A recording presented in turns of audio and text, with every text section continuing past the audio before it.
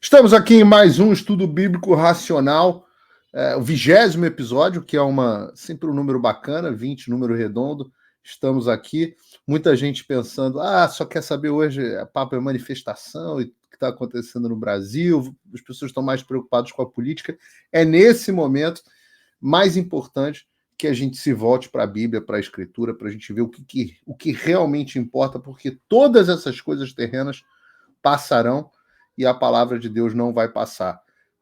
Ademais, para usar uma conjunção bonita, mais importante, você pode reparar que o povo que estava lá, como bem disse o pastor Silas Malafaia, que fez um belo discurso hoje, era majoritariamente cristão. Então, isso não é coincidência. É porque quanto mais próximo de Cristo e da palavra de Deus, mais longe você está aí das iniquidades do mundo. Não que os cristãos sejamos perfeitos, só Cristo é perfeito, mas certamente nós nos distanciamos da maldade, da iniquidade. Temos aversão e anticorpos à tirania e ao que é mal. Gerson e Vladimir, boa noite, sintam-se cumprimentados e bem-vindos. Vamos hoje falar de Gênesis 10. Queria pedir ao Gerson para que fizesse uma breve oração para a gente começar e depois, em seguida, o Vladimir já vai sentar o pau lendo o texto. Vamos orar, então. Pai, muito obrigado, Deus, porque nós temos consciência, quando abrimos a Tua palavra, que é como se a gente estivesse com a água ali pela canela numa praia e tivéssemos todo o oceano à nossa frente e nós entendemos que essa relação contigo é um conhecimento que é por demais profundo, transcende a nossa capacidade de compreensão e até relacional, mas apesar disso nós queremos te pedir, Senhor, que tu possas te fazer presente hoje à noite aqui, que fale aos nossos corações, fale aos corações das pessoas que estão nos ouvindo, daqueles que ainda vão assistir o estudo bíblico racional nos próximos dias. É o que nós pedimos em nome do teu Filho amado Jesus. Amém. Amém. Vladimir, senta o dedo aí no texto. Vamos lá. Paulo, Gerson, boa noite à nossa cada vez maior audiência. Sei que tem muita gente chegando das igrejas aí em casa agora, gente que foi para a manifestação, chegou em casa há pouco tempo, então Deus abençoe sua vida, e é muito bom de estar junto mais um domingo. Estamos lendo Gênesis, hoje vamos ler o capítulo 10 de Gênesis, conhecido como a Tábua das Nações, ou o Catálogo das Nações. Muita gente pula o capítulo 10 de Gênesis, mas a gente vai ver aqui que a gente vai ter um estudo maravilhoso e muita coisa que talvez que você nunca prestou atenção no texto, a gente vai trazer hoje aqui, não como uma curiosidade, mas para que você entenda quão rica e maravilhosa é a palavra de Deus. Então, capítulo 10, eu, como sempre, estou lendo na Nova Almeida Atualizada. Como sempre, eu recomendo uma Bíblia de estudo, como essa aqui que está em mãos, a Bíblia de Estudo NA, que é a minha, Paulo tem a dele, tem as dele, né, Paulo? Gerson também. Algumas, né? Sempre bom a gente ter. E só um parênteses, que entrevista maravilhosa com o Saião. Eu levei um tempinho para assisti-la toda, porque ela é longa, né? E minha semana foi uma doideira. Mas, olha, parabéns pela entrevista. O Saião é um mestre, né? E vocês conduziram muito bem. E por que eu estou falando isso? O Saião começa a entrevista com o Gerson e com o Paulo falando um pouco sobre as traduções, né? E foi um barato que ele falou, porque ele é alguém que esteve diretamente envolvido na NVI, que é uma tradução que o Paulo usa, que eu também gosto muito. Não é a que eu vou ler agora aqui, eu vou ler a NAA, né? Mas só para a gente contextualizar para quem ouviu a tradução, a entrevista, a NAA é uma tradução de equivalência formal. Ele tratou um pouco isso, né? De equivalência dinâmica, equivalência formal. Então, que barato. Se você que está nos ouvindo ainda não assistiu a entrevista com o Saião, você está perdendo a bênção de assisti-la. Muito bom, e eu já rogo a Deus aqui que o canal a gente consiga sempre trazer essas entrevistas, né? Tem uma entrevista muito boa com o Rodrigo Silva, agora com o Saião, e, enfim, tem coisas aí que a gente planeja para o futuro. Mas vamos lá. Expandindo, eu quero encontrar o Augusto Nicodemos, que está se mudando aqui, ou se mudou para Orlando, então vai ficar mais perto da gente. E tem outros aqui. Eu também vou aceitando sugestões. Eu quero que as pessoas digam: olha, esse pastor tal é um bom pastor, entrevista e tal. A gente vai seguindo esse caminho. Para quem não entendeu o que o Vladimir está falando, ele está se referindo à entrevista que o Gerson Gomes e eu fizemos aqui no canal do Estudo Bíblico Racional. Também foi no Fio Diário, também foi na TV Flórida e tudo mais. E no canal Paulo Figueiredo Show. Mas entrevista com o pastor hebraísta, professor Luiz Saião, foi ao ar na quarta-feira passada. Mas vamos ao texto? Vamos lá. Só para dizer que se vocês entrevistarem o Nicodemos sem a minha participação, a minha inveja com vocês vai ficar em graus insustentáveis. A gente vai ter que romper relações. O Nicodemos vai ter que vir para Orlando. Vou ter que dar um jeito. Vem para Orlando, aproveita e traz as crianças. Beleza, vamos lá. Então, capítulo 10, eu vou ler na Nova Almeida Atualizada. Assim diz a palavra do Senhor. São estas as gerações de Sem, Cã e Jafé, os filhos de Noé. A eles nasceram filhos depois do dilúvio. Os filhos de Jafé foram Gomer, Magog, Madai, Javã, Tubal, Meseque e Tiras. Os filhos de Gomer foram Askenaz, Rifate e Togarma. Os filhos de Javã foram Elisá, Tarsis, Quitim e Dodanim. Estes repartiram entre si as ilhas das nações nas suas terras, cada qual segundo a sua língua, segundo as suas famílias, em suas nações. Os filhos de Cã foram Cux, Mirzaim, Put e Canaã. Os filhos de Cux foram Sebá, Avilá, Sabtá, Raamá e Sabetecá. Os filhos de Raamá, Samá e Dedã. Cux gerou Nimrod, que começou a ser poderoso na terra. Foi valente caçador diante do Senhor. Daí dizer-se, como Nimrod, poderoso caçador diante do Senhor. O princípio do seu reino foi Babel, Ereque, Acade e Cauné, na terra de Sinar. Daquela terra ele foi para a Síria e edificou Nínive, Reboot-ir e Calá. E, entre Nínive e Calá, a grande cidade de Rezen. Misraim gerou Ludim, Anamim, Leabim, Naftuim, Patrussim, Casluim, de quem descendem os filisteus, e Caftorim. Canaã gerou Sidom, seu primogênito, e Et, e também os Jebuseus, os Amorreus, os Girgazeus, os Eveus, os Arqueus, os Sineus, os Arvadeus, os Zemareus e os Amateus. Depois, as famílias dos cananeus se espalharam, e a fronteira dos cananeus foi desde Sidom, indo para Gerar até Gaza, indo para Sodoma, Gomorra, Admá e Zeboim, até Lassa. São estes os filhos de Cã, segundo as suas famílias, segundo as suas línguas, em suas terras, em suas nações. A Sem, que foi pai de todos os filhos de Éber e irmão mais velho de Jafé, também nasceram filhos. Os filhos de Sem foram Elão, Assur, Arfaxade, Lud e Arã. Os filhos de Arã foram Uz, Ru, Jeter e Mas. Arfaxade gerou Salá, e Salá gerou Éber. A Éber nasceram 2 filhos. O nome de um foi Peleg, porque em seus dias se repartiu a terra. E o nome de seu irmão foi Joctã. Joctã gerou Almodá, Selef, Hazar-Mavé, Gerá, Adorão, Uzal, Dicla, Obal, Abimael, Sabar, Ofir, Avilá e Jobabe. Todos estes foram filhos de Joctã. E habitaram desde Messa, indo para Cefar, montanha do Oriente. São estes os filhos de Sem, segundo as suas famílias, segundo as suas línguas, em suas terras, em suas nações. São estas as famílias dos filhos de Noé, segundo as suas gerações, nas suas nações, e destes foram disseminadas as nações na terra depois do dilúvio. Muito bem. O Gerson, eu vou fazer uma moção aqui no estúdio hoje. Eu sei que o Vladimir se dedicou bastante a esse estudo especificamente. A gente achou até que fosse passar rapidamente por esse capítulo e de repente ir para o 11, mas ele está cheio de coisa aí para falar. Então, Vladimir, minha moção é para que de repente você vá falando e aí a gente vá te interrompendo e fazendo a parte de forma dinâmica. O que você acha, Gerson? Pode ser. Não, o Vladimir eu sei que vai trazer muitas curiosidades. Eu vou fazer o seguinte, eu vou só fazer uma introdução, uma contextualização, e aí eu levanto a bola para o Vladimir cortar. Eu acho que fica bom assim. Você que entrou assim no estudo bíblico hoje, ou talvez não tenha assistido os primeiros capítulos de Gênesis, é importante, a título de contextualização, você entender que nós estamos falando de um primeiro pedaço da Bíblia, do livro de Gênesis, que ele fala da criação, da queda, de uma relação de Deus Criador com o homem que se deteriorou e que, por iniciativa de Deus, ele faz um Great Reset, né? Ele dá um Ctrl-Alt-Del ali por ocasião do dilúvio. E é interessante a gente observar que ele, por iniciativa dele também, ele preserva uma família e dessa família agora ele começa a repovoar.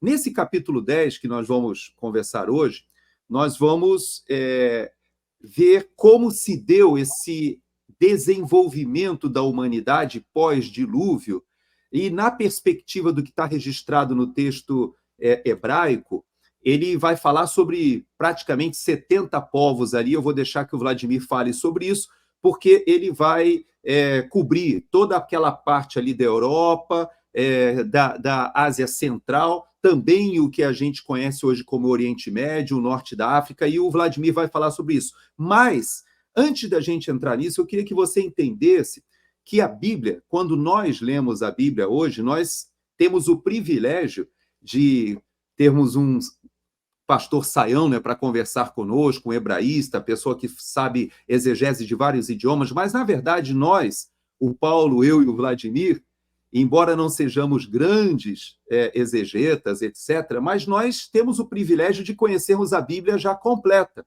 Ou seja, nós conhecemos o início do filme, o meio do filme e o fim do filme.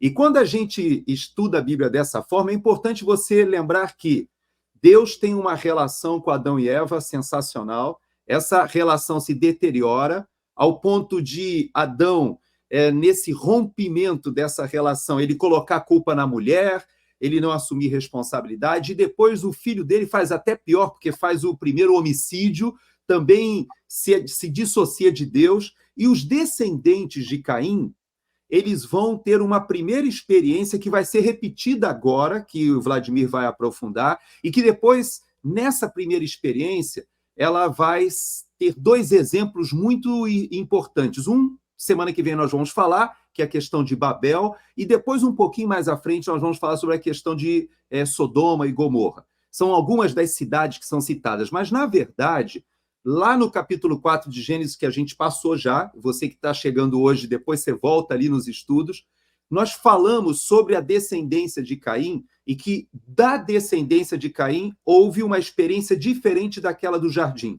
No jardim nós tínhamos algo harmônico na relação com Deus e na relação com a natureza. Com a queda, os descendentes de Caim fazem uma experiência interessante, porque eles formam as cidades.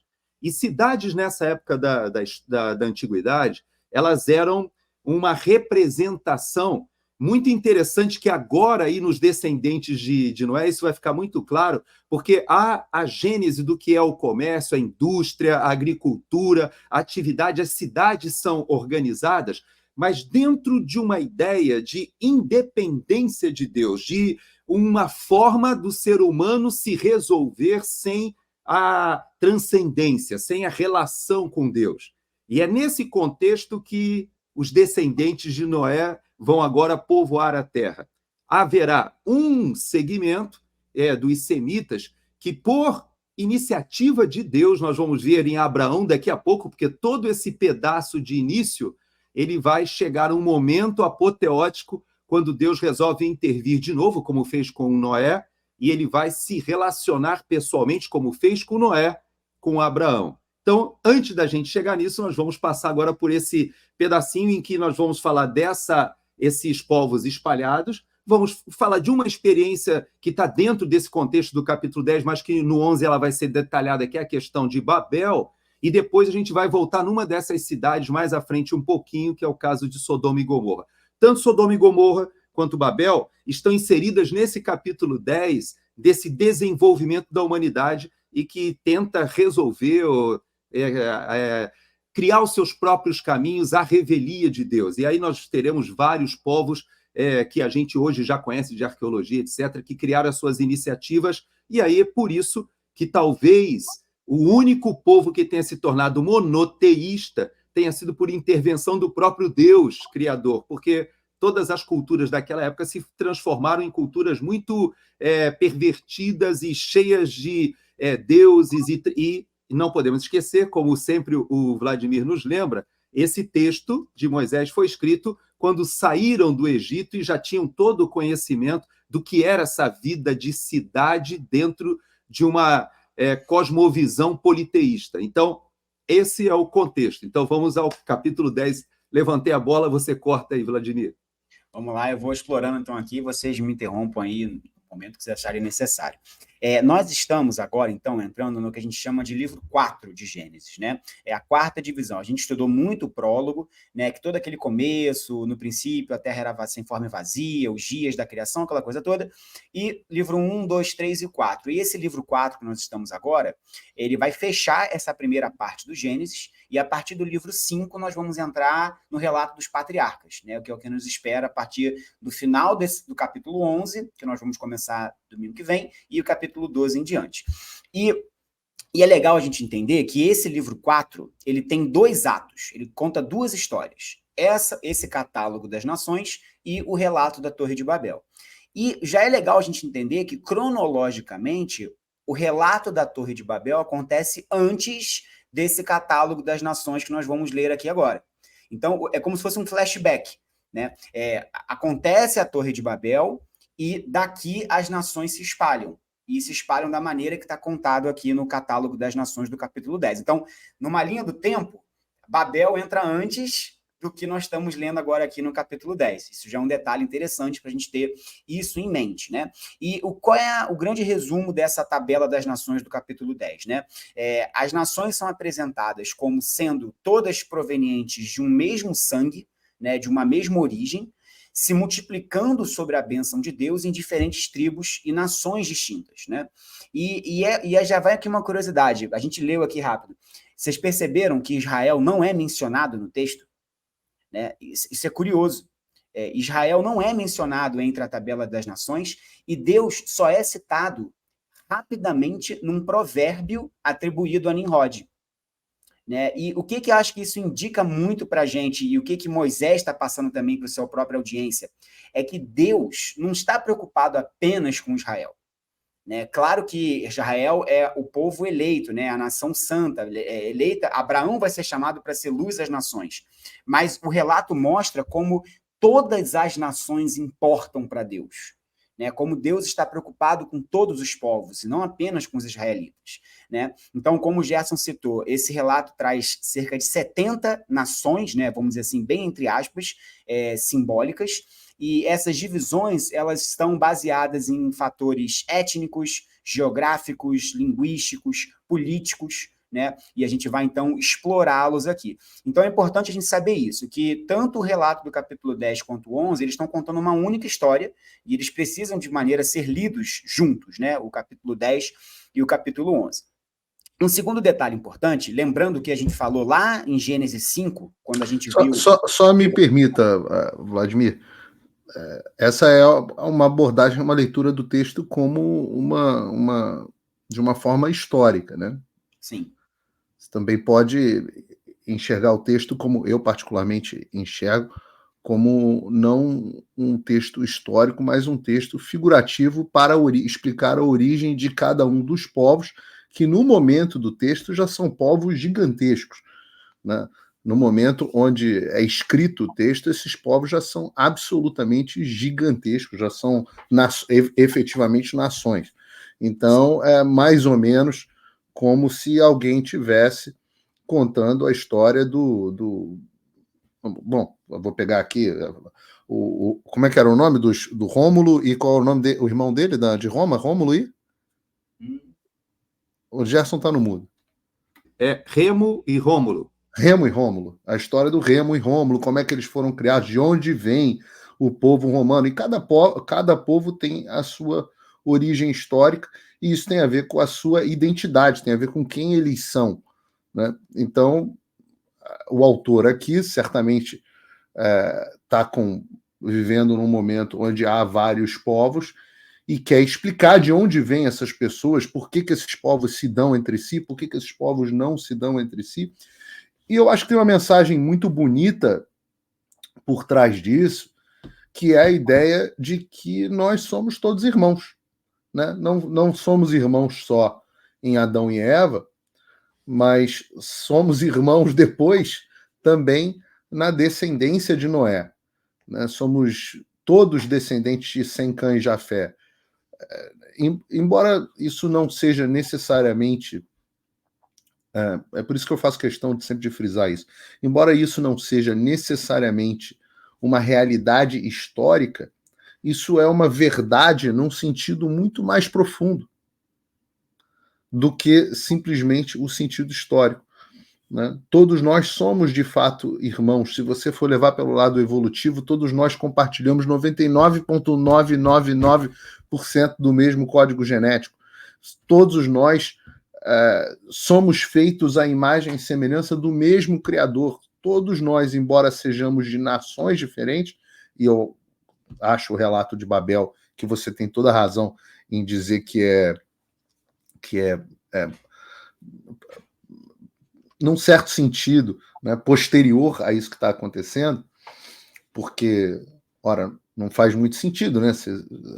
Esse texto, Gênesis 10, já está falando de línguas e nações, e o Gênesis 11 é quando diz como Deus separa os homens em nações e com línguas, né? Não faz sentido um acontecer antes do outro. Mas se você vê as coisas, e eu acho que eu faço questão de falar isso porque tem muita gente que vou chamar aqui de racional, para brincar com o nosso estudo bíblico, que tem dificuldades em enxergar esse texto de forma histórica e abandona a fé, e abandona a sua fé por conta disso. E eu faço sempre questão de... E é por isso que a gente tem uma certa diversidade aqui. Os três somos pessoas racionais, os três acreditamos na Bíblia como palavra de Deus, os três acreditamos que é verdadeiro o que está escrito aqui, mas que temos visões diferentes. Eu tenho uma visão mais figurativa, psicológica e mitológica, e já expliquei que isso não torna menos verdade do que a visão histórica que vocês, figuras absolutamente racionais, também têm para o texto. Só queria chamar a atenção para esse ponto. Mete Perfeito, o pau. Paulo. Né? Você levantou várias bolas aqui, eu pretendo cortá-las todas. Eu já vou pegar um gancho que você trouxe aqui. E eu acho que essa mensagem que você destacou, né, de que independente dos diferentes povos, nações, tribos e línguas, todos descendemos, né, de uma mesma origem, mostra muito claramente por que o racismo é absolutamente incompatível com uma visão de mundo cristã. E se há alguém na face da Terra que tem um real motivo para ser verdadeiramente antirracista, somos nós. Porque nós temos uma origem para explicar por que nós não devemos tratar raças, com todas as aspas para esse conceito, diferentes, de uma maneira pensando ser superior ou inferior umas às outras, porque nós cremos que a nossa origem é a mesma. Isso está dentro da nossa própria fundação do nosso pensamento. Né? Então, assim, um cristão coerente com seus próprios pressupostos não pode olhar para uma outra tribo, raça, povo e língua, entendê-lo como superior ou inferior, se nós sabemos que nós todos descendemos de uma mesma origem, né? Sem, Cã e Jafé, de Noé, vindo do povo pós-diluviano. Então, nós temos essa herança, né, a nosso favor e um verdadeiro motivo para nos opormos às diversas manifestações racistas. Né? Não esse antirracismo woke, de esquerda, progressista, que é um tribalismo maluco, né? E nós nos afastamos disso. Mas um real motivo pelo qual nós temos uma segurança para dizer que a gente não concorda com nenhum tipo de racismo, porque o catálogo das nações de Gênesis 10 é um fundamento extremamente sólido para que a gente construa em cima disso. Né? Então, eu acho esse um ponto muito interessante, como às vezes algumas pautas que são disseminadas e que de maneira imbecil são colocadas como se o cristão não se opusesse ao racismo, e as pessoas não sabem nem o que estão falando. Né? Porque nós temos uma razão para sermos assim, né? Os tribalistas daqui por aí não têm nenhuma razão para se opor. Nós temos.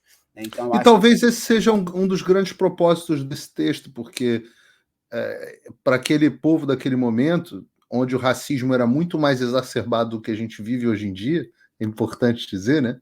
Onde a separação de raças era flagrante, não só do ponto de vista que as coisas eram muito menos globais, muito menos conectadas, a miscigenação entre os povos era muito menor, até como forma de proteção cultural. A gente vai chegar aqui... Moisés estava vindo do Egito, saindo do cativeiro, da escravidão, durante séculos ali, vivendo dentro de um preconceito racial. Dentro de um preconceito racial. Então, povos que tinham muito mais racismo que nós, né, e muitas das tretas entre esses povos é explicada agora, nesse momento da Bíblia, de onde é que se originam, teoricamente, as tretas entre esses povos, mas, ainda assim, o texto faz questão de lembrar que, no final das contas, nós somos todos uma grande família. Então, isso eu acho muito bonito. E antes até do Vladimir aprofundar, a gente não pode esquecer que tudo isso está desaguando, né? Toda essa genealogia, ela deságua em Abraão. Então, é feito todo esse contexto para desaguar em Abraão, e a promessa que é feita a Abraão é que dele haveria uma descendência que abençoaria todas as famílias da terra. Então, havia já uma iniciativa ou um planejamento de redenção de todas as famílias, de todas as nações. Não havia essa visão exclusivista, como muitas vezes as pessoas pensam em relação a Israel, ou até o Israel de Deus mais ampliado, que abarca depois da vinda de Jesus. Mas, feito esse pequeno parênteses, vai lá, Vladimir. E um outro ponto muito interessante, uma outra bola que o Paulo levantou, eu pretendo cortar agora, é que é o seguinte: é verdade, e é muito interessante a gente ver que as grandes nações, os grandes impérios, têm os seus mitos, né, as suas histórias de origem. A gente citou aqui de Roma, por exemplo, com Rômulo e Remo. E vai ser assim com a Babilônia, vai ser assim com a Síria, vai ser assim com o Egito. Agora, o interessante é que um documento como um catálogo de nações é algo distintamente hebraico. Isso é muito interessante e me chamou muita curiosidade quando eu estava preparando o estudo, porque nos relatos dos povos do Antigo Oriente Próximo, não existia um documento similar a esse catálogo de nações do capítulo 10. Aqueles povos estavam muito voltados para explicar as suas próprias origens, as suas histórias de criação. O capítulo 10, e é o mais curioso, porque nem Israel ele cita, ele está absolutamente preocupado com o mundo, com o todo, né? E isso não é comum. A gente vive hoje num mundo global, né? A gente vive num mundo hoje sem fronteiras cada vez menores, mas a gente não pode achar que o mundo era assim 3.000 anos atrás, né? Então, você tem uma nação, um povo, né? Aliás, perdão até pela palavra, não é uma nação, né? É uma galera que está saindo de 400 anos de escravidão no Egito, pequenininho, sem poder militar nenhum, sem poder cultural nenhum ainda, né? E você tem a revelação sendo dada a esse povo, querendo demonstrar, assim, todas as nações do planeta, né? Então, e a gente já vai agora entrar exatamente no que significa esse todas as nações, que é a abrangência da Vladimir, questão. Só um parênteses, porque até para contextualizar a nossa audiência bem, né? Israel não é citado porque Israel não existia. Esse texto, quando foi escrito, ele foi escrito como o Paulo falou, já havia tanto os povos caldeus, os assírios, o grande império egípcio, ele tinha já se antagonizava ali, né, com os impérios, tanto caldeus, babilônios ou assírios, que eles já existiam, como o Paulo falou. Essa história Moisés conhecia porque ele era um erudito que estudou o que existia na época de história e geografia e tudo. Só que não tinha como citar Israel, porque Israel ainda não havia. Na verdade, esse texto ele fala sobre todas as genealogias que formaram os povos conhecidos e até aqueles povos que foram ao norte, e que depois nós vamos ter referências nos textos proféticos, lá em Ezequiel, ou até os assírios, quando a gente pega o livro de Jonas, ou até os filisteus que estão sendo citados ali, mas quando eles vêm de Creta, né, que vêm do mar, tudo isso que a gente está vendo era como que o Paulo falou, era uma radiografia que existia da época, só que essa radiografia não tinha como falar de Israel, porque ainda não havia Abraão, aliás, desculpe, não havia ainda Moisés chegado ainda com Josué e conquistado, e das tribos ter vindo ali Saul, Davi e Salomão. Ou seja, por isso não havia, nem as tribos ainda havia, e sequer essas tribos ainda não tinham sido organizadas politicamente como um reino que vai ser chamado de reino de Judá ou de Israel, ainda depois disso que está sendo descrito por Moisés, só para a gente contextualizar, né? Perfeito. E em cima disso, esse Eu, é um outro eu ponto. Diga, Paulo. assim, o ponto interessante, Vladimir, disso que você trouxe, é que, assim, talvez os povos ali do entorno não fizessem genealogias dos outros povos, ali os povos sumérios e mesopotâmios, mas há outros povos que fizeram isso. Posso me lembrar aqui, eu acho que existe alguma coisa similar na China.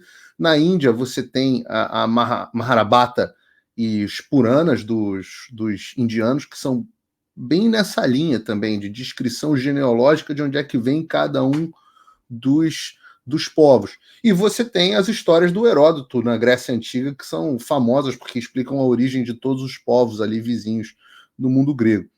Então, mas eu acho que esta é a mais antiga na qual isso é feito, porque eu fico pensando que, bom, Mahabharata e Purana ninguém sabe de onde é que é, né?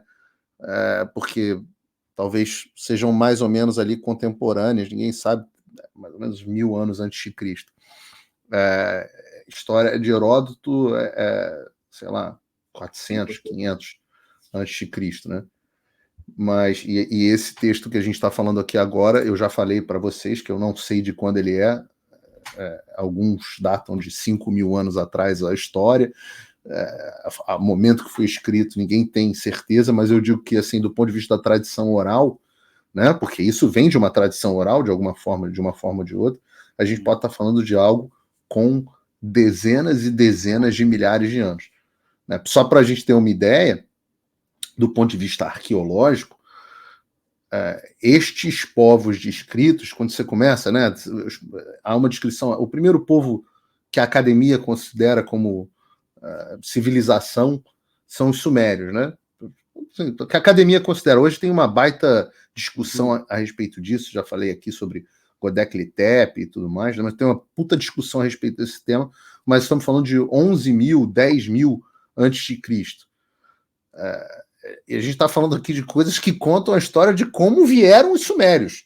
Ou seja, são histórias que têm pelo menos mais de 10.000 anos. Então, acho interessante esse ponto aí. E esse é legal, Paulo, porque levanta a pergunta, né? Quais as fontes Moisés, ou o autor, né, do texto, a gente crê que foi Moisés, mas enfim, a gente já conversou bastante sobre isso, não vou voltar a esse ponto. Quais as fontes que o autor usou para compor o relato do catálogo das nações? Isso é uma grande pergunta que existe. Né? Partindo do pressuposto que se trata de Moisés, né, a gente pode falar que ele se valeu dos relatos que ele aprendeu com a sua tradição semita, né, das histórias que chegaram a ele por isso.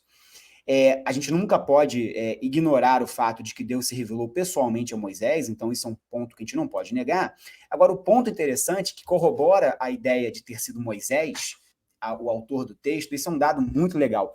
Se a gente pegar as nações que são citadas no texto, né, no catálogo das nações, os nomes que são dados, os estudiosos chegam à conclusão de que se trata de alguém que dominava, vamos dizer assim, o máximo do conhecimento por volta de 1.500 anos antes de Cristo.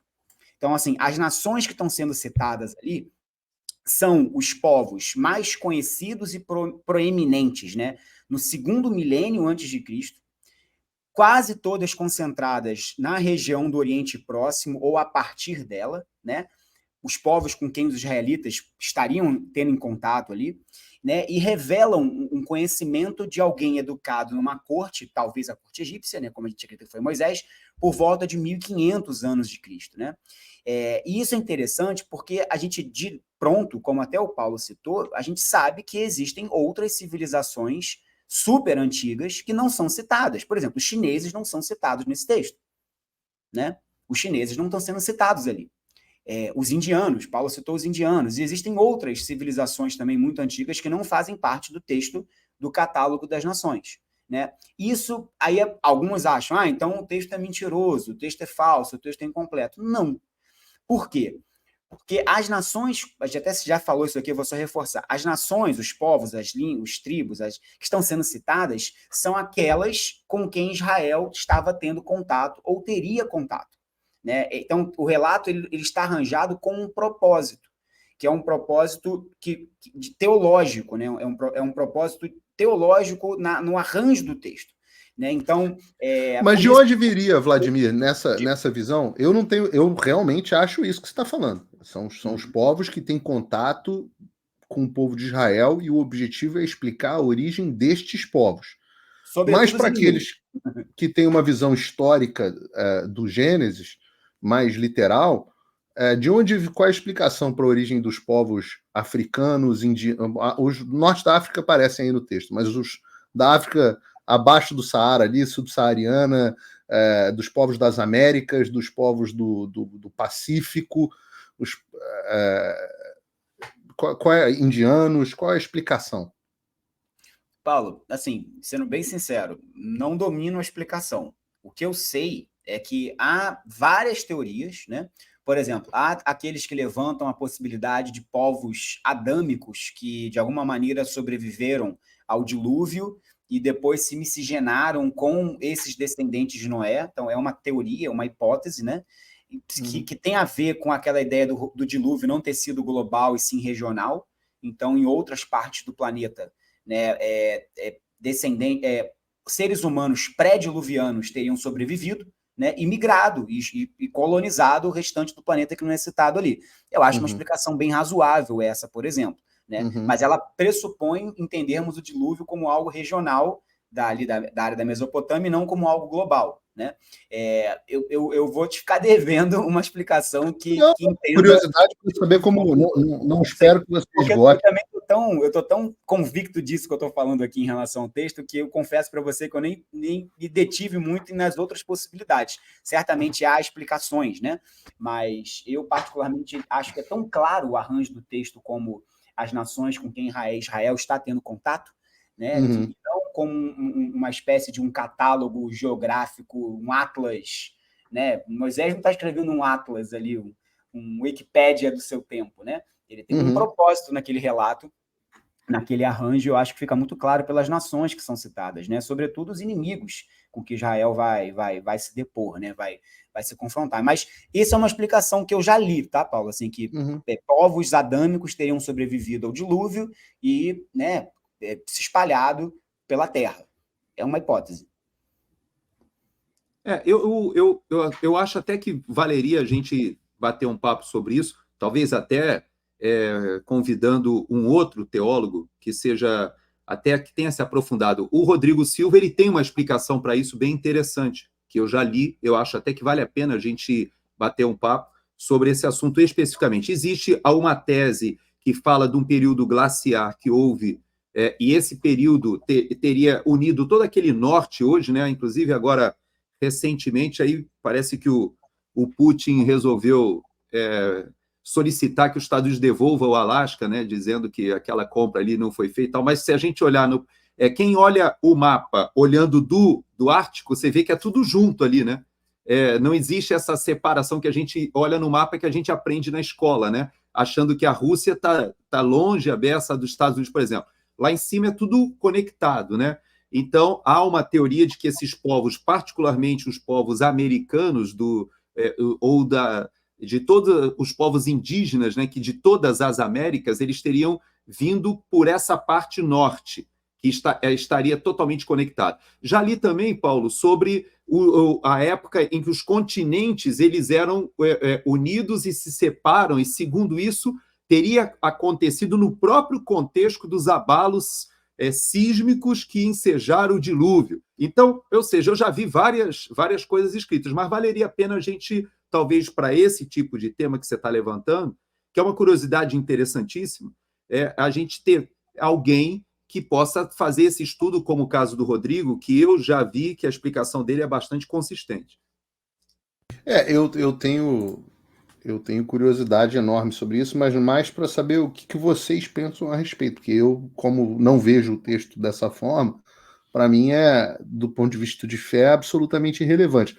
Mas do ponto de vista de exploração intelectual, eu gosto de saber o que pessoas inteligentíssimas como vocês pensam. Essa questão da época da Pangeia, né, que são os continentes todos juntos, essa eu acho, então, uma coisa interessantíssima, porque estamos falando de milhões de anos atrás, Pangeia, né? Então, acho que os continentes, não sei quando é que os continentes se separaram, mas acho que foi num universo de tempo bem anterior ao surgimento até dos hominídeos. Não estou nem falando do Homo sapiens sapiens, para quem acredita em evolução.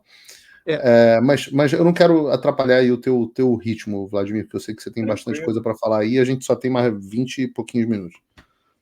Posso avançar, então? Gerson ia comentar alguma coisa? Não, eu achei legal quando você coloca que esse é um texto que faz questão de contextualizar o leitor, que no caso ele foi direcionado para o povo de Israel, que estava diante do desafio de voltar para Canaã e que teria que conquistar e combater vários desses povos que são citados aí, Jebuseus, e vários desses povos, inclusive, foram descendentes dos semitas, porque mais para frente a gente vai ver que tem filhos de Abraão com Quetura, tem filhos de Abraão com Agar, então ele está contextualizando, inclusive depois, quando há a formação do reino de Israel, que ele é invadido pelos caldeus babilônios, depois é invadido pelos assírios, ou seja, ele vai contextualizar tudo aquilo que na tradição e dentro da história oral, como o Paulo falou, para aquela geração entender o contexto do que estava acontecendo, eles voltando para Canaã e tendo que conquistar a terra prometida. Então, Abraão sai dali, na verdade, não Abraão, né, mas os filhos de Jacó e José era o principal que foi levado escravo para o Egito, mas nós temos várias gerações que sucederam aqueles filhos, né, de Jacó e agora se organizaram em famílias grandes, em tribos, e estavam retornando para Canaã. Então, ele precisava dar o contexto geográfico histórico. Então, é só para que a gente entenda por que foram citados esses 70 povos, que, na verdade, se a gente for ver, você vai ver que tem, desses 70, tem uma parte que são os jafetitas, que dá o contexto daqueles povos que viviam no que hoje seria mais ou menos a Europa Central ali e a Ásia Central. Ele dá o contexto dos descendentes dos camitas ali, né? E que pega mais ou menos ali o que seria o norte da África, que o leste da África, e pega os próprios semitas que vão para aquela área da Arábia e que pega o sul, né?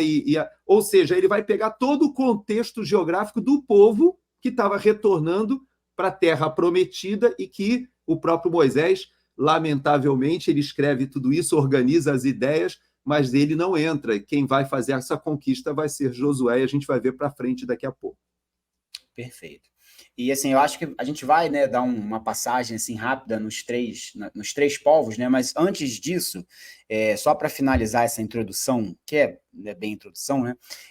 A gente pode elencar 5 razões, né, pelas quais Moisés, entendendo que Moisés é o autor do texto, escreveu esse catálogo das nações para os hebreus, né? 5, vamos dizer assim, 5 razões, 5 propósitos para o texto. Primeiro, mostrar ao povo que estava saindo ali, o povo que estava no deserto, né, os hebreus, que apesar dos muitos povos e nações diferentes após o dilúvio, há uma unidade entre todos eles, vez que todos, até os próprios inimigos deles, né, descendem de Noé e dos seus 3 filhos. Então, esse é um primeiro grande propósito. Segundo, mostrar o cumprimento da ordenança que Deus deu lá em Gênesis 9:1, né, quando a família de Noé sai da arca, né, que Deus manda que eles se multipliquem, se espalhem e povoem a terra, né? Então, esse ordenança dada a Deus, lá em Gênesis 9:1, o catálogo das nações mostra que se cumpriu, né? Terceiro, e como o Gerson comentou, né, mostrar ao povo a origem, né, das nações, dos povos que faziam parte da história de Israel, ou que fariam parte da história de Israel, principalmente os seus maiores inimigos. Até por isso que a maior quantidade de versículos aqui da Tábua das Nações diz respeito aos camitas, né? Principalmente os cananeus, que é aqueles que vão ocupar a terra, e eles vão guerrear com eles, né? 4, mostrar, isso aqui é muito importante para a gente que gosta de política, né? Mostrar ao povo hebreu, ao povo de Deus, que todas as nações na terra são dependentes do Criador, são dependentes de Yahvé. e que todas as nações na terra estão sujeitas à soberania de Deus, quer essas nações reconheçam isso ou não, né? E, por fim, o arranjo do texto prepara para a entrada do semita Abraão na história, né?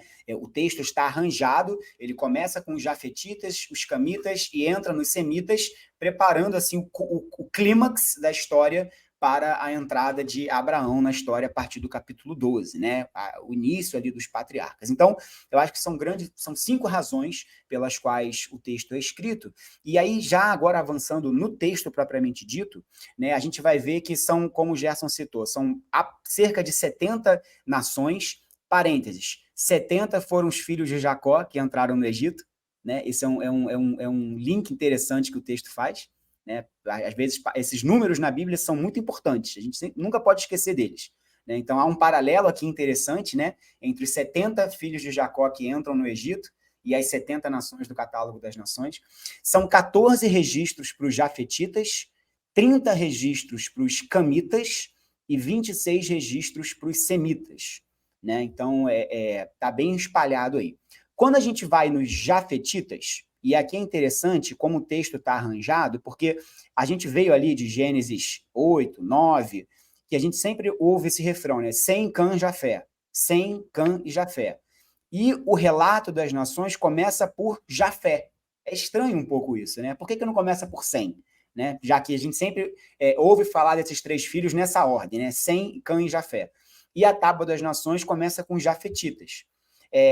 Os estudiosos vão entender que isso acontece porque, historicamente, os jafetitas foram aqueles que tiveram menos contato com Israel ao longo do tempo, até que eles se tornam protagonistas, né? Mas aí já na época dos gregos e romanos. Então, assim, ao longo da história de Israel, os jafetitas sempre tiveram mais longe. Eles sempre tiveram muito mais contato com os outros povos semitas e com os povos camitas, né? Mas, apesar de, ao longo da história de Israel, os jafetitas estarem mais distantes, nos tempos de Jesus, eles estão no protagonismo da história, né? Então, esse é um ponto interessante. Então, quem são os jafetitas, né? O Gerson já até comentou, eles são os povos ancestrais dos povos que ocuparam a Europa e a Anatólia. A Anatólia é o que a gente conhece hoje como a parte asiática da Turquia, né? Também alguns textos vão chamar de Ásia Menor, essa região ali em cima, né? Então, por exemplo, entre os jafetitas estão os turcos, os armênios, né, os gregos, tanto os jônicos quanto os trácios, os etruscos, que vão levar muito tempo depois aos italianos, né, os espanhóis, os cretenses, os medos, né, e os medos são um povo que lá na frente, lá muito tempo depois, vão se juntar com os persas para formar o Império Medo-Persa, né, um império super importante na história. Então,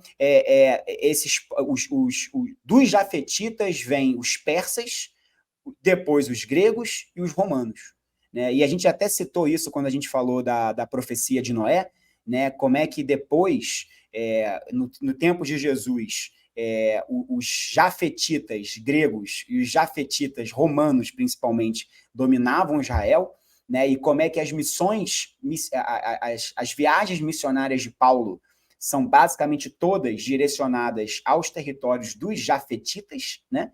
E como é que a conversão dos europeus ao cristianismo revela aquela profecia, né? Que Jafé habite nas tendas de Sem. A gente comentou bastante isso no nosso último encontro, né? Eu acho isso muito bonito da gente pensar. Então, o destaque, o resumo dos jafetitas é isso, né? Deles vêm os persas, os gregos e os romanos, que são tão importantes aí para a história não só de Israel, como da própria humanidade.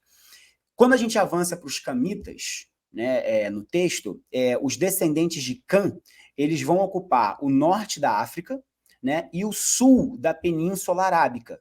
Hoje é a região que a gente conhece como Arábia Saudita, Catar, Emirados Árabes Unidos, Kuwait, Jordânia, partes do Iraque.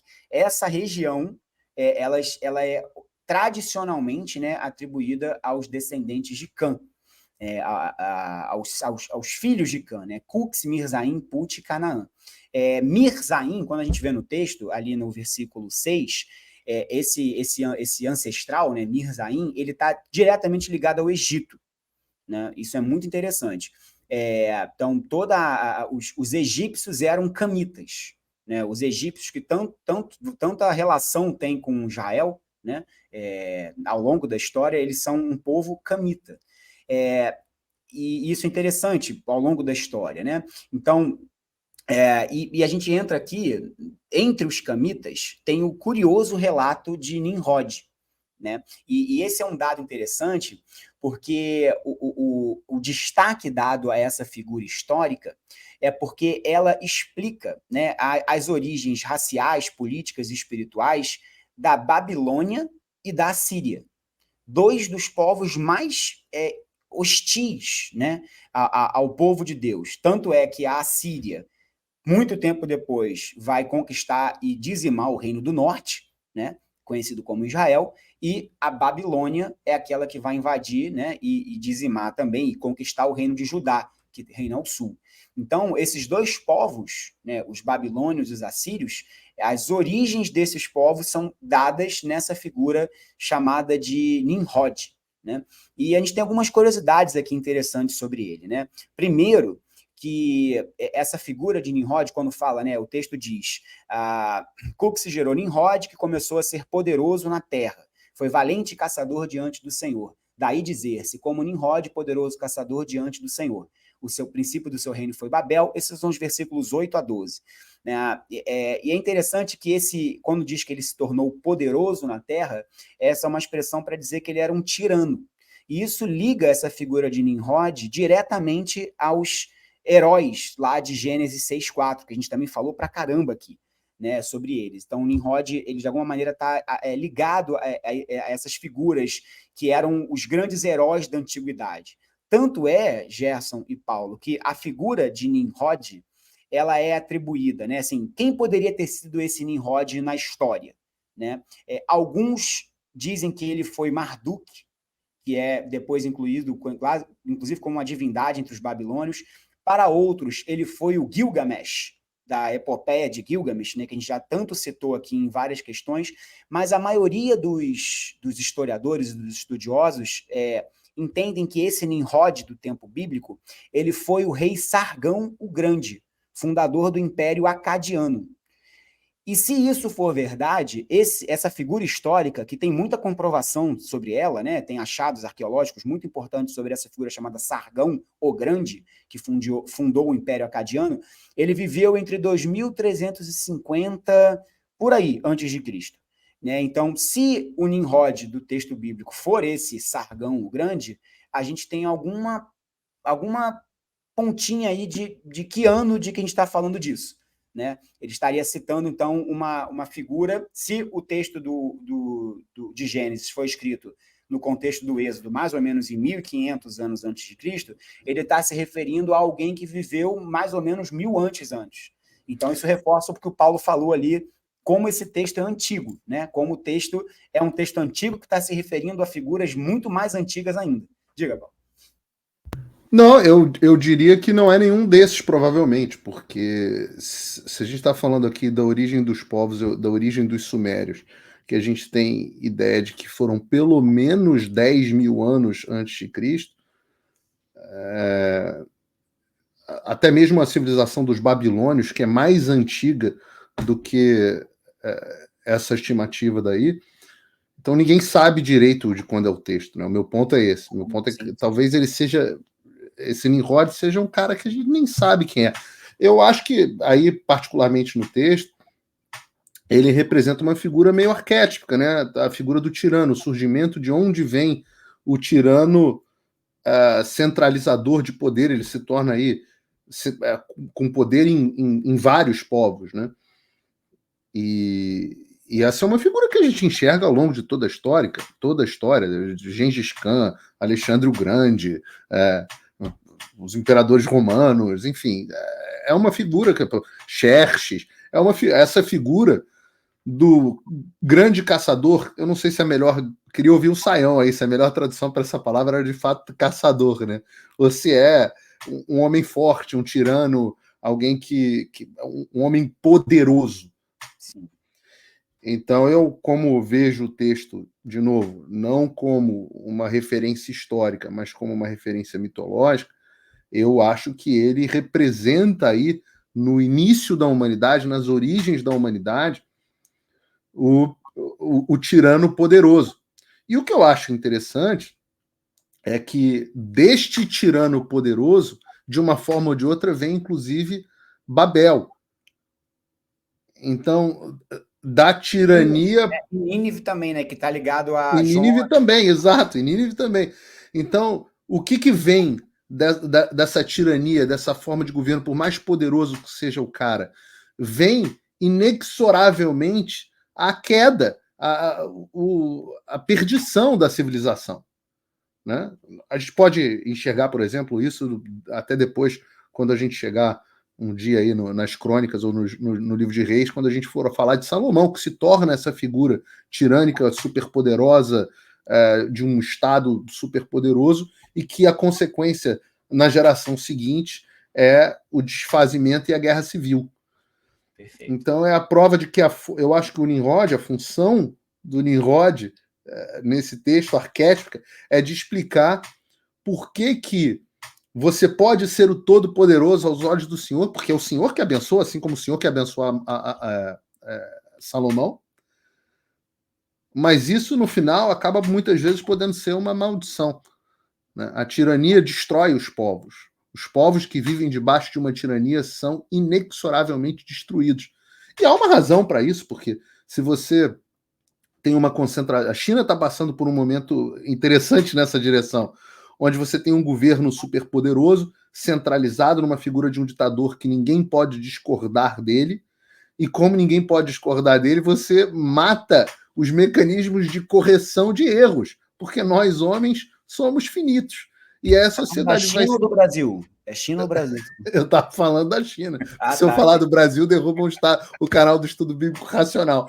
Então, ditador por ditador, eu vou falar só do ditador chinês. Aliás, o meu canal já não transmite o Estudo Bíblico Racional. Exato, o Gerson já rodou. Então, mas enfim, esse era um ponto. Um outro. Eu não quero atrapalhar seu contraponto aí, não, porque a gente está ficando sem tempo. E aí. Ô, Paulo, eu tenho uma curiosidade aqui, que eu sempre fiquei em dúvida quando eu li esse texto, né, desse provérbio, né, de daí dizer-se, como Nimrod, poderoso caçador diante do Senhor. Eu sempre fiquei em dúvida, quando eu li esse texto, se isso era uma coisa positiva ou negativa. Né? E aí, lendo o Bruce Waltke, né, que é um comentarista que eu uso como base para os meus estudos, o que ele comenta é que a tradução desse provérbio seria mais ou menos dizer assim, até Deus acha esse cara temível. Né? Seria esse diante do Senhor, seria uma tradução próxima, seria segundo a avaliação de Deus. Então, uma tradução possível seria alguma coisa nesse sentido. Até Deus reconhece que Nimrod é um guerreiro poderoso, né? Que é um guerreiro tirano, que é um poderoso guerreiro, alguma coisa assim, né? Então, seria uma tradução para esse provérbio. Né? Esse cara era tão poderoso, como o Paulo citou, tão forte, tão temido, que ele virou um provérbio, né? Que ele virou um dito. E isso aqui é interessante, porque era algo que era dito, um provérbio do dia a dia que citava esse cara, né? E aí esse provérbio é registrado aqui no texto como para dizer assim, cara, até Deus acha esse cara poderoso, né? É um superlativo, né? Alguma coisa nesse sentido, assim. E vocês querem mais comentar alguma coisa sobre os camitas ou a gente pode avançar para os semitas? E aí pode ir? Então, beleza. E aí, para fechar... Então, a gente falou dos jefititas, né, dos jafetitas, perdão, que ocuparam a região da Europa, da Turquia. Falamos dos camitas, que vão ocupar a região da África, né, muito ligado com os egípcios, por exemplo, e também ali com parte ali da Península Arábica. E a gente chega, então, ao clímax, que é a descrição dos semitas. Né? E eu sempre lembro, e eu absorvi isso para mim, Paulo, quando você cita muito corretamente que essa expressão antissemita, hoje em dia, ela é muito genérica, né? E aí, quando a gente vê aqui o catálogo das nações, a gente vê exatamente o que você estava falando, porque os semitas são muitos povos, né, que ocuparam regiões extremamente vastas. Por exemplo, os semitas, eles vão ocupar a região da Mesopotâmia. né? Então, ali aquela região, também a Península Arábica, e vários povos, os arameus, né? A gente vai falar do aramaico, né? Nos tempos de Jesus e tudo mais, até antes disso, né? O aramaico, ele vem dos arameus, que são os filhos de Arã, que era um semita, né? Então, quando a gente vai ao texto, né? Diz que Sem foi pai de Éber, aí ele nasceu os filhos, né? Então ele cita os filhos de Sem, né? Elão, Assur, Arfaxad, Lud e Arã. E aí, entre os filhos de Arã, está um cara chamado Uz, né? Uzê. E quem é Uz, né? Uz é o local da onde vem Jó. Isso é muito interessante. Se você for, curiosidade, né? Depois voltar a Jó, lá no comecinho, quando vai descrever Jó, Jó morava nesse local chamado Uz. Então, Jó era um semita, né? Não um filho de Éber, ele não era um hebreu, mas ele era um semita, né? Então ele era descendente de Arã. E aí, assim como entre os camitas o destaque é dado para essa figura do Nimrod, entre os semitas o destaque é dado para uma figura chamada de Peleg, né? Então você tem Sem, né? Sem é filho de Noé. Sem tem esses filhos, Elão, Assur, Arfaxad, Lud e Arã, são 5 filhos. 3 deles são citados só de passagem, e o texto se concentra na linhagem desse Arfaxad, porque o Arfaxad, ele vai ser o pai de Éber. E o nome hebreu possivelmente vem desta figura, do Éber, né? Há 2 possibilidades para o nome hebreu, ou aqueles que vêm do rio, é uma expressão possível, ou os descendentes de Éber. Do outro lado, né? Aqueles que vêm do outro lado do rio, é uma possível expressão para hebreu, ou descendente de Éber, que é esse cara que está sendo citado aqui. E o Éber, ele teve 2 filhos, né? Peleg e Joctã. E aí tem um comentário muito interessante no texto, e se a gente for, é o versículo... cadê aqui? Aqui, é o versículo 25, diz assim, né? A Éber nasceram 2 filhos. O nome de um foi Peleg, porque em seus dias se repartiu a terra. E aí há muita discussão sobre o que significa essa expressão, né? Porque em seus dias se repartiu a terra. Eu pesquisei aqui, levantei, há pelo menos 3 possibilidades, né? E interessante que Peleg significa divisão. O divisão é palag, né? Me permitam aqui se a minha pronúncia não está correta do hebraico, mas Peleg significa divisão. Então, nos dias da divisão, né, é esse cara que está sendo citado, se repartiu-se a terra. Para algumas linhas, seria uma referência à Pangeia, como Paulo citou, né, que nesses tempos de Peleg teria havido um grande cataclisma e os continentes teriam se repartido, né? Eu acho meio forçado, mas é uma visão, é uma possibilidade. A outra possibilidade mais comum é que nos tempos de Peleg que aconteceu o fenômeno da Torre de Babel. Então, foi nos dias em que Peleg estava vivo que os eventos do capítulo 11 da Torre de Babel aconteceram e os povos, então, foram separados pela terra com as suas línguas sendo confundidas, né? São 2 interpretações, eu acho essa mais provável. Ou porque na época de Peleg rolou uma treta sensacional possível também. E alguma galera se separou, né? É possível também. Mas é dessa linhagem de Peleg, né, que vai vir Noar, Tera e Abraão, né? Então, se a gente fosse fazer aqui um resumo da linha do tempo, a gente vai ter a gente vai ter Adão, né, Adão e Eva, vamos ter Sete, falamos bastante de Sete, que aí de Sete vai chegar a Noé, né, tem Lameque antes dele, a gente falou de várias pessoas. Chega a Noé tem Sem, né, um dos seus 3 filhos. Sem vai gerar esse cara chamado Arfaxad, que vai gerar Salá, que vai gerar Éber. Então, Éber é um tataraneto de Sem.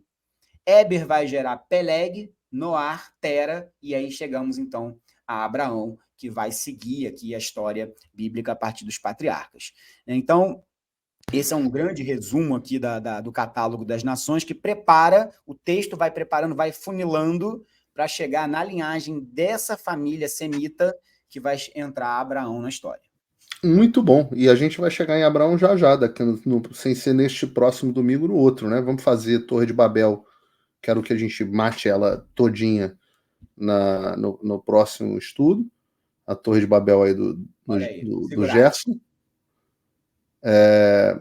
E depois da Torre de Babel, a gente já embarca aí em Abraão, e vou te falar que vamos ficar aí um bom tempo em Abraão, porque tem muita coisa. Abraão tem aí quantos capítulos tem de Abraão? Mais de 10, né?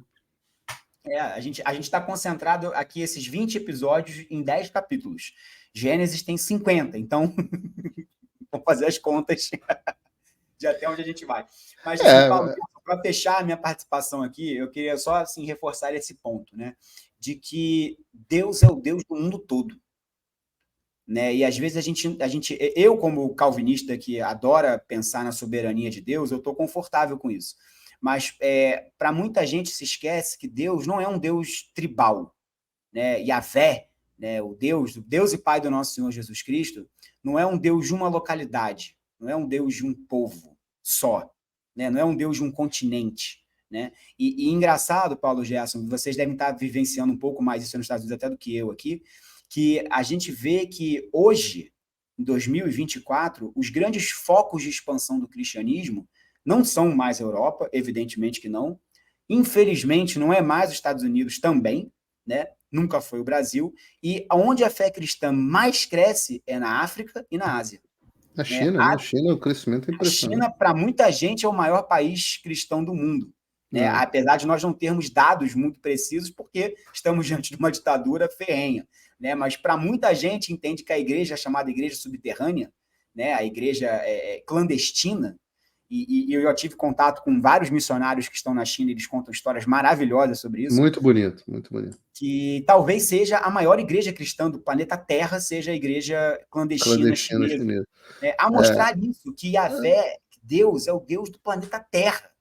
Né? E que o Senhor Jesus é o vencedor e o Christus Victor de todos os povos, e não apenas dos Estados Unidos, ou do Brasil, ou da Europa, ou seja de lá quem for. Então, isso é muito bonito a gente pensar. Graças a Deus. Só para contribuir, o Paulo conheceu o Luiz Amaro, né, que é o pastor do Ministério Brasileiro da Crossbreed Church. Luiz Amaro foi missionário na China há muitos anos, né? Tanto ele e a Orleus, a esposa, falam chinês, o mandarim. E ele trabalhou na China há muitos anos, vamos dizer assim, camuflado como vamos dizer assim, um empresário ligado à área do futebol, levando jogadores para os times ali da China, na verdade, e ele plantou várias igrejas, e hoje essas igrejas lá, como o Paulo citou, e você também, elas se transformaram numa igreja presente na China muito grande. Mas, Paulo, você ganhou também um convite, eu imagino, da Epoch Times para aquele show de balé, daquele grupo de balé tradicional da China. Eu fui com a Daya ontem, a Miami, assistimos, e é interessante que até eu e a Daya fomos entrevistados ali no intervalo por uma pessoa que eu não consegui identificar, mas ela perguntou como nós víamos aquele balé que traz uma tradição cultural, né, da China milenar, mas que remete a uma série de misticismos ou de uma relação assim com divindades ou com mágicas, e que como é que a gente interpretava aquilo olhando a China hoje, né, que oprime toda e qualquer manifestação de espiritualidade, etc. Aí a gente explicou mais ou menos, eu e a Daya falamos sobre isso, mas é interessante você falar, Paulo, que ainda desse arquétipo, né, que a gente vê do opressor, né, dos grandes impérios que foram criados, tanto da Assíria, que é citada Nínive, como até o Império Babilônico, que também é citado como uma área, né, em que Abraão, inclusive, vai sair daquela região de Ur dos Caldeus, que fica mais ou menos que seria o Kuwait hoje em dia, ali ao sul do Iraque.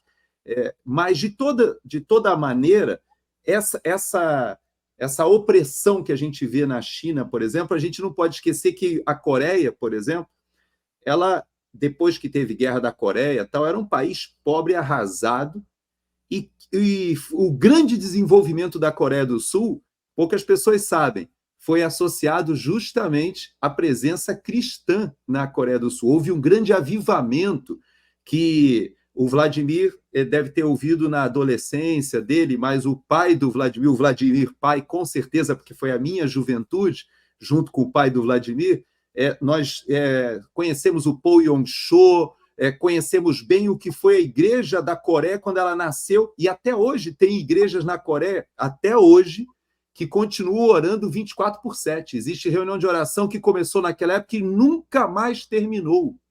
Gerson, a maior igreja presbiteriana do mundo hoje está na Coreia do Sul. Exato. E você vê que esse movimento que aconteceu na Coreia do Sul, que acabou gerando um grande impacto de transformação na área educacional e até no desenvolvimento da Coreia do Sul, ele hoje, dentro da China, já existe uma igreja subterrânea que é olhada com muita preocupação pelo Partido Comunista, porque tende a se tornar numericamente maior do que o próprio Partido Comunista, que é o maior partido do mundo, que tem ali, acho que, se não me engano, 130, 150 milhões de integrantes do partido, né? Então, é interessante esse momento, né, que a gente está vendo, e você, Paulo, levanta uma bola fantástica, que essa visão de Deus, ela é muito mais... vamos dizer assim, estratégica, né? Olhando do ponto de vista da história, ela é muito mais plena do que a gente muitas vezes consegue imaginar olhando só o nosso universo temporal, né? A gente olha para a nossa realidade hoje, fica em desespero muitas vezes dentro do contexto que a gente está vivendo, em várias tiranias, né? Dos novos neo-Xerxes, né? Como já que você citou o Xerxes, mas tem muita... da presença, da intervenção de Deus ao longo da história, que nos mostra que esses reinos, eles crescem, e esse arquétipo que você falou de tirania, ele tende a uma dissolução, e Deus intervém. Então, eu creio sim, creio que a gente está vivendo um momento de crescimento da fé, e nesse balé ontem foi interessante, Paulo, porque, de fato, eles mostram uma série de histórias que remetem a um tipo de misticismo ou um tipo de uma relação que existia lá na China antiga e que se perdeu com o comunismo, mas que essa opressão não conseguiu retirar do chinês essa transcendência, essa necessidade de transcendência que é inerente de todos os seres humanos, tem no nosso coração e tem no coração do chinês também. Eles são Falun Gong também, né? Que é Também. a religião / filosofia. No show eles falam do Falun Gong, né? Mas dá para perceber que é muito mais abrangente do que o próprio Falun Gong, né? Essa demanda do chinês por uma espiritualidade, por uma transcendência. Você ficaria impressionado. Eu tive muita curiosidade, passei a estudar o Falun Gong para o meu catálogo aqui de religiões, né? Tem uma influência muito forte do daoísmo, então se você entende daoísmo, você vai assimilar o Falun Gong com facilidade. Tem certos componentes do shintoísmo, obviamente, retirando a questão territorial, né, japonesa, mas, cara, em termos de princípios, eles são muito parecidos com os cristãos, tá? Por isso que eles gostam tanto dos cristãos. Por isso que a Epoch Times, por exemplo, que é do pessoal do Falun Gong, eles têm tanta afinidade com os cristãos lá dentro, etc, etc. É muito interessante. Mas isso é um assunto para outro dia. Deixa eu encerrar aqui o nosso estudo bíblico com uma oração rápida. Paulo, antes de você encerrar, só um minutinho, você me enviou um tempo atrás, e só para a gente fechar com essa palavra, um estudo que o Jordan Peterson fez em cima de Gênesis. Você me enviou, eu comecei a assistir, e logo nos primeiros minutos o Peterson fala um negócio, nós três gostamos muito dele, né? Que ele diz basicamente o seguinte, que impérios surgem e caem, e o texto bíblico, né, a palavra de Deus, ela permanece intacta. Então, eu acho que a gente estudou aqui o catálogo das nações, estamos falando da China, de tantos lugares, e claro, né, nós não estamos alheios a tudo que está acontecendo no Brasil e essa manifestação que teve hoje e tudo mais, e é importante a gente saber, né, que opressão surge e vem, impérios vêm e caem, e a palavra de Deus permanece firme. E enquanto Deus permitir, nós continuaremos estudando a sua palavra, como nós temos feito aqui há mais de 20 domingos, né, se assim Deus nos permitir. Amém, amém. Que projeto bacana tem sido e como isso tem iluminado aí os meus domingos à noite, eu sei que os de vocês também, e o de tanta gente. A gente tem tido uma audiência cada vez maior. É um privilégio, uma responsabilidade muito grande discutir a palavra de Deus com tanta gente, né? Mais do que muito, a maioria dos pastores acabam tendo que fazer, mas eu acho que não tem nada mais importante para ser feito, né? Eu fico lendo os comentários que nós recebemos nos estudos bíblicos, e eles me encorajam muito, porque são vários comentários do tipo: olha, poxa, eu estava afastado da minha fé e voltei para a minha fé depois do estudo bíblico. Poxa, vocês trouxeram uma visão que eu nunca tinha visto, etc, etc. E as pessoas me conhecem muito mais pelo comentário político, mas eu me atrevo a dizer que essa é a maior contribuição que eu vou ter dado para o nosso país, porque uma pessoa, obviamente, o aspecto mais evidente é que se você salvar uma alma por conta desse estudo bíblico, valeu mais do que qualquer coisa que eu possa ter feito na vida, né? Mas, além disso, esse sujeito, ele vai ser próximo de Deus, ele vai ser um pai melhor, um marido melhor, um cidadão melhor, e vai ser um amigo melhor, vai ser um funcionário melhor. Quanto mais próximo de Deus ele tiver, não melhor do que os outros, mas melhor do que ele mesmo seria sem isso. E quando a gente conseguir fazer isso com um número suficiente de pessoas, aí o Lula não vai ter mais nenhum eleitor, né? Ele não consegue terminar sem fazer o gancho. Aí o Lula não vai ter mais nenhum eleitor. Então, nem com todas as artimanhas do mundo eles vão conseguir chegar ao poder. E não é coincidência que o grande discurso hoje na Avenida Paulista tenha sido de um pastor, alguém com quem eu tenho uma relação muito boa, e sabe muito de Bíblia, é um cara bom para trazer para fazer uma discussão de Bíblia, tá? Embora, obviamente, a gente tenha divergências teológicas, Silas Malafaia sabe muito, mas um ponto bacana no momento onde ele estava fechando, ele que fez o melhor discurso da Avenida Paulista, foi assim: quase todos que estamos aqui somos cristãos.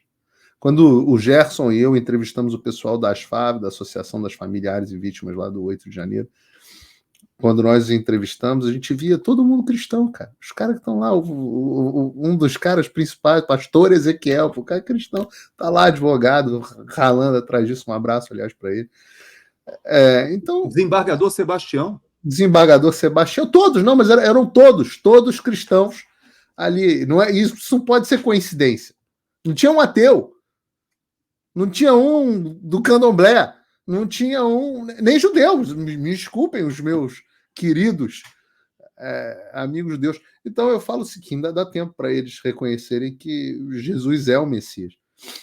E também em Fort Lauderdale, eu faço essa ressalva para você. Eu fui a Fort Lauderdale hoje, eu e a Daya, e começamos com uma oração, um pastor estava presente, e o Jimmy Levy cantou várias músicas e cânticos, né, que são próximos, né, das igrejas, que remetem a esse momento que a gente está vivendo. E é interessante que, como você falou, a maioria das pessoas que ali estavam presentes são pessoas que creem no Deus que intervém, creem na soberania de Deus e não acham que o momento que a gente passa, ele está inexoravelmente levado ou fadado a um determinismo do homem, né? Ou dessa tirania que a gente falou hoje. Deus é soberano. O momento mais bonito ali, um dos mais bonitos que eu vi dos vídeos que circularam na internet, foi alguém tocando lá no clarinete com as pessoas cantando Porque Ele Existe, Posso Crer no Amanhã. Então, é isso. Esse é o propósito. Depois que tiver todo mundo evangelizado, os nossos problemas serão outros. Não que não teremos, mas são problemas de outra natureza. Então, eu encerro aqui fazendo uma oração nesse sentido, pedindo ao nosso Deus, nosso Pai, que evangelize todas as nações. Amém. Mas, se puder, que evangelize o Brasil mais rápido do que as demais. Porque o nosso povo precisa. Nosso povo está carente. Nosso povo está carente de Deus. Acima de tudo, acima de todos os problemas que nós temos, os problemas não são de natureza política. Quanto mais eu aprofundo os meus estudos, mais eu vejo que eles são, primeiro, de natureza psicológica e acima da natureza psicológica e intrinsecamente conectados à natureza espiritual. Então, nós pedimos que o nosso Deus cure a nossa nação. Amém. Oramos em nome de Jesus. Amém. Amém. Vamos nós! Domingo que vem tem Torre de Babel. Não a novela da Rede Globo, mas com Jamanta. Mas... Nossa, Lembra? foi o passado agora, cara. Ah, rapaz, eu sou velho. Minhas referências são todas de velho. Provavelmente foi a última novela da Globo que eu assisti. Então, até domingo que vem, pessoal. E não se esqueçam aí de aproveitar e vocês estão assistindo, dá uma clicadinha aí no like, que sempre ajuda o vídeo, e se inscreverem no canal do Estudo Bíblico Racional, porque, porra, vocês estão vendo que o canal do Paulo Figueiredo Show vai cair mais cedo ou mais tarde. Já derrubaram o Gerson. Mas pelo menos a gente ficar com o canal do Estudo Bíblico Racional. Se inscrevam também no canal do Fio Diário. Reparem, muita gente, 40% das pessoas que assistem o vídeo não estão inscritas no canal. Então, é isso aí, pessoal. Um abraço, até o próximo.